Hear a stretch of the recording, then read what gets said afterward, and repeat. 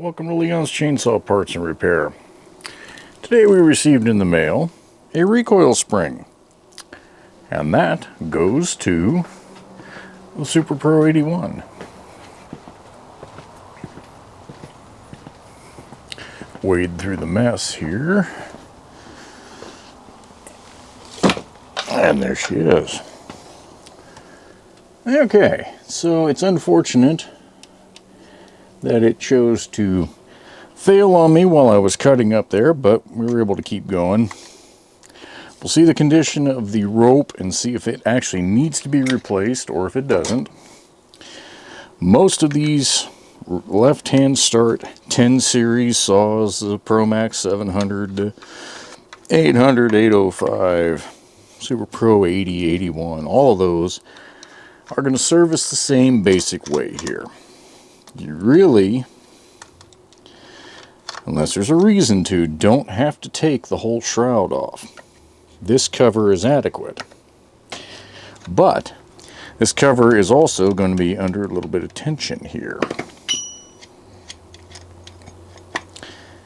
Normally, since my spring's broken, there's nothing on it. But normally this is going to want to unwind some.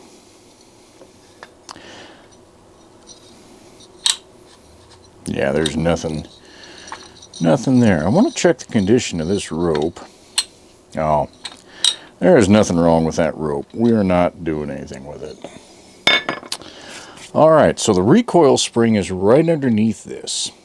And we're going to go ahead and expose that right now.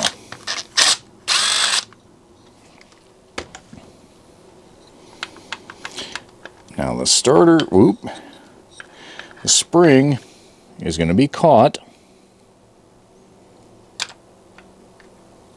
So you want to release it. Now you see what I mean? Your starter, for whatever you want to call that. I'm trying to think of what HomeLight calls it. Starter lock, I think, is what they call it. It's just going to drop down against the flywheel there, so you don't have to take it all the way out. Now, I can already tell you what's wrong with this spring. And truthfully, the spring could be reused. Can you guys see it?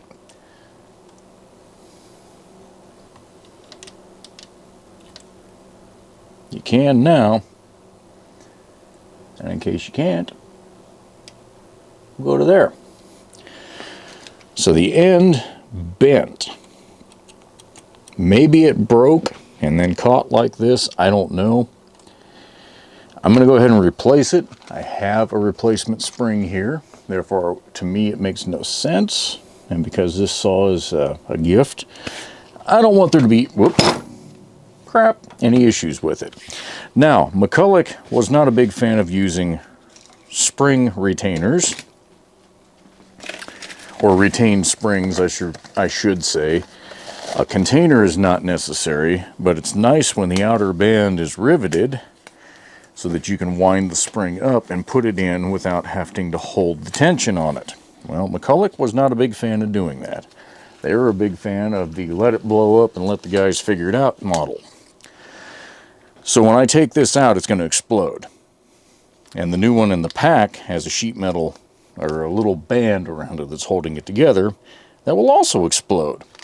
But before I take it out of the pack, let's look at the way it's oriented. Now you can always figure it out based on your spring lock and which way you're turning the rope. And if you've got a saw from the 60s on, you're going to be turning the saw counterclockwise to start, which means whichever way it's rotating, that's the way you need to drop your spring in so that lock will engage to it. It's really that simple. So this is going to come out and go spring. See? There it goes. Now, could I try to bend this back into shape? Yes. And I may go ahead and do that at some point. I will heat this up and bend it. It's, there's a fine line between heating it to where it becomes brittle and just breaks. It sometimes works, sometimes doesn't. I don't want to deal with that on a saw for Jim Jr.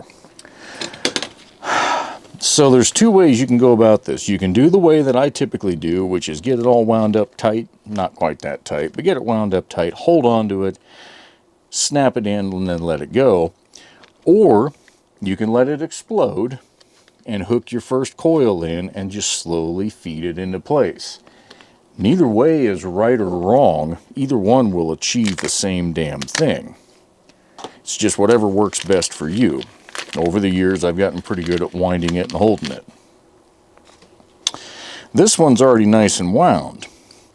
So if I'm really, really smart, I can take advantage of that. Now, I don't know if this is going to work. This might explode in my face. But I am going to try and use the old Visa grips. That's not very tight.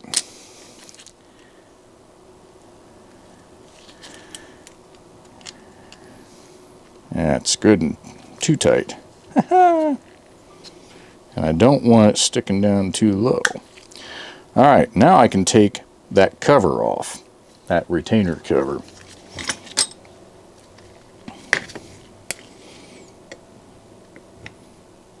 Man. Boy, they have really got that under some pressure. This may be a fool's errand that I'm on here. I don't know, she'll come off. And it didn't go sprawling. But the question is, did I leave enough room? I did, I think. I think I did.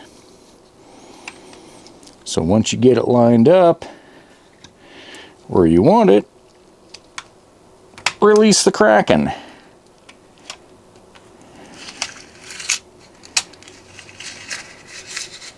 And there she goes. Now you can see how nice that fits in there versus the way it was. So now what? Well, now you just put it back together.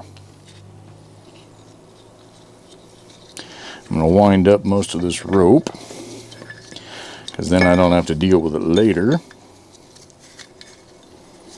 Obviously, if you have any doubts about your rope, this is the time to deal with it.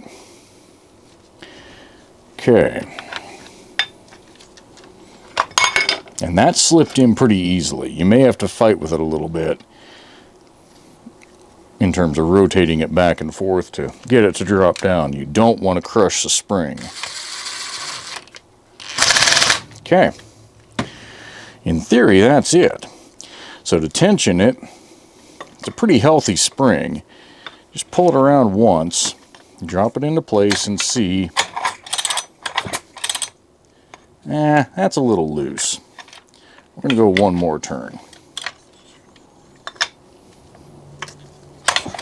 That's good, right there. And then you just got to line a screw up. I always start on this side. I don't know why.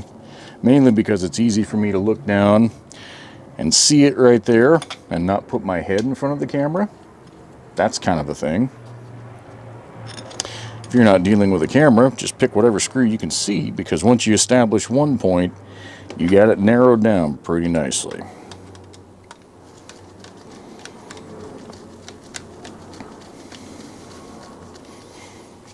I'm lucky that that spring caught the way it did with the tension that it did that allowed me to finish that job.